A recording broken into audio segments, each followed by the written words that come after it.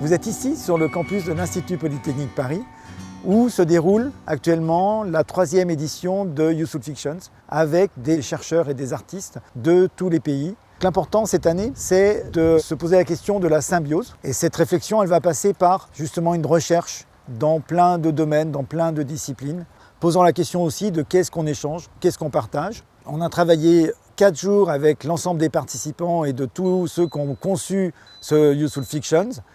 Et on va passer 2 jours au Théâtre de la Ville. C'est un travail en continu, une prolongation du travail avec le public.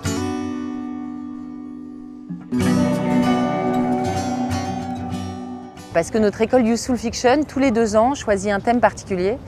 Et le choix de la symbiose, effectivement, c'est assez générique, mais ça nous permet de bien valoriser les travaux sur l'interdépendance, aussi bien avec notre environnement vivant que technologique.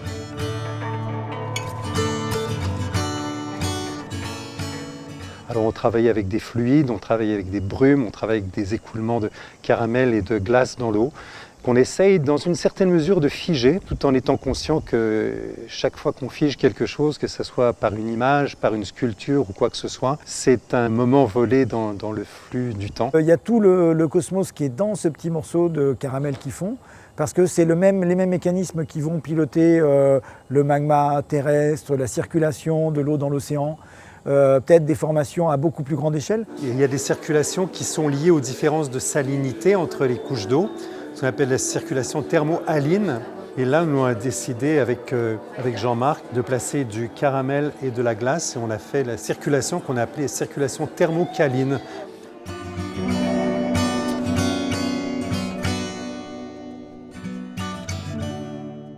Zoomorphisme, c'est comment insuffler de la vie à des entités inanimées qui sont imprimées en latex et en polymère et qui sont mises en mouvement dans des aquariums. Et donc ça questionne aussi les frontières entre l'inanimé et l'animé.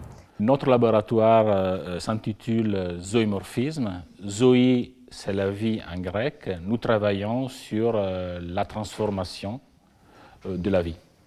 Donc la matière est magnétoactive. Et puis, nous avons un ensemble de contrôleurs type micro-Arduino qui permettent l'évolution de l'environnement et donc l'interaction entre ces matériaux magnétoactifs et la structure sous-jacente qui est contrôlée par des microcontrôleurs. Ce qui fonctionne super bien, c'est qu'on a vraiment la sensation de voir quelque chose de vivant, quoi. On est totalement hypnotisé par ça. On comprend bien qu'on voit quelque chose qui a sa propre autonomie. Le rythme, là, on a l'impression d'avoir limite avoir un cœur qui bat ou quelque chose comme ça. C'est super étrange. Là, on dirait qu'il mange un truc. Exactement. Il y a un dialogue qui doit s'établir entre l'électromécanique, les formes, leurs dimensions, leur morphologie et l'environnement dans lequel elles vont évoluer.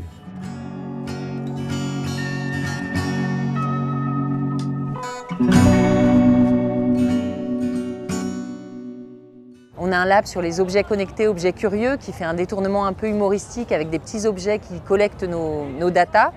Et par l'humour, nous font prendre conscience que nous sommes écoutés. Par exemple, il y a une oreille géante qui enregistre tout ce qu'on dit à l'heure actuelle. C'est étrange. Je suis un assistant personnel. Pour ça, on utilise un kit de robotique modulaire qu'on a développé à NSAD Lab, le laboratoire de recherche des arts décoratifs. Ces machines, elles ont des comportements, mais simplement des comportements qui ne sont pas perceptibles. Et donc ce qu'on essaye de faire, nous, ici, c'est de se demander comment leur comportement physique peut rendre ça perceptible, comme une forme de métaphore. Tous identiques. Et pourtant, je dois assister un humain. C'est intéressant de trouver des formes de matérialiser ces communications, ces processus qui sont devenus trop opaques, trop enfermés, trop emboîtés. Et ensuite, il y a évidemment une connexion avec le sujet symbiose, puisqu'on pourrait éventuellement créer des symbioses entre ces objets qui vont essayer d'analyser le comportement d'autres objets. Donc finalement, il y a aussi un rapport entre eux, il y a une sorte de symbiose qui se passe. Je suis un assistant personnel.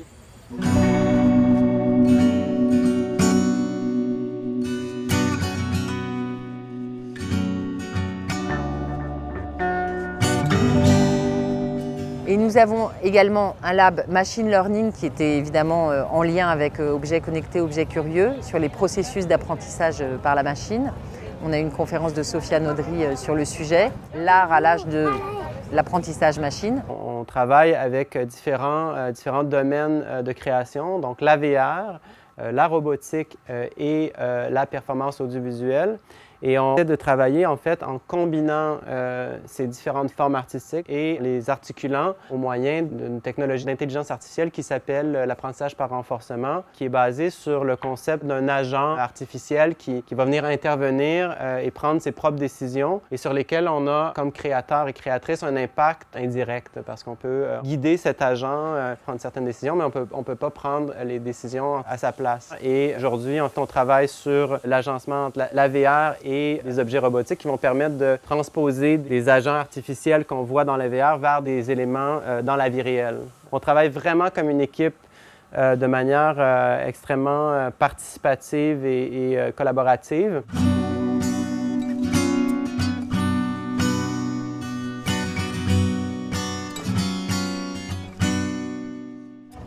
Derrière moi, il y a un aralia du Japon, qui est une plante à laquelle on se connecte en entrant dans des tapis qui ont été faits main et où l'on ressent une certaine vibration qui est en fait la vibration de la circulation d'eau qui passe à travers la plante. Comme nous-mêmes, on est des êtres vivants avec de l'eau qui circule en nous. Le phytomorphisme, c'est tout simplement tenter de se remettre en tant qu'être humain à la place de la plante. Ça consiste en 4 pétales qui sont faits en tapis et qui vont permettre aux gens de se déchausser et de se planter eux-mêmes devant l'aralia du Japon et de prendre ce temps pour ressentir les variations électriques transformées en vibrations.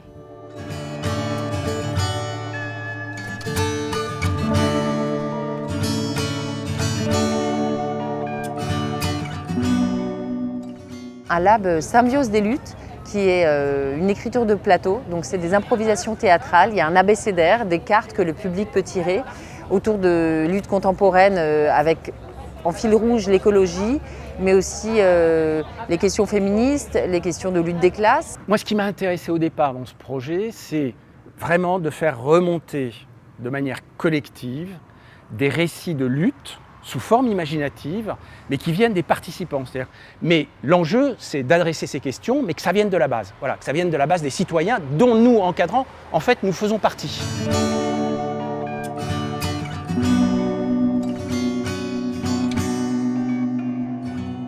Exploring the unknown, the invisible, the implicit, what you cannot see, and relations between people and disciplines. So we have to find ways how to work together across the disciplines and also find the spaces in between the disciplines where we all cross over. Media, nature and body is an ongoing ritual that we go through on a daily basis. And we were able to take that lived experience up until now and infuse it into the lab, and we'll see what comes out the other side. During the performance, we hope to create symbiosis. Again, recreate and create, meaning that the internal from participants, from what happened this week, and from the audience start to get form through the digital media and the physical expression, and become a new environment which we create together, symbiosis.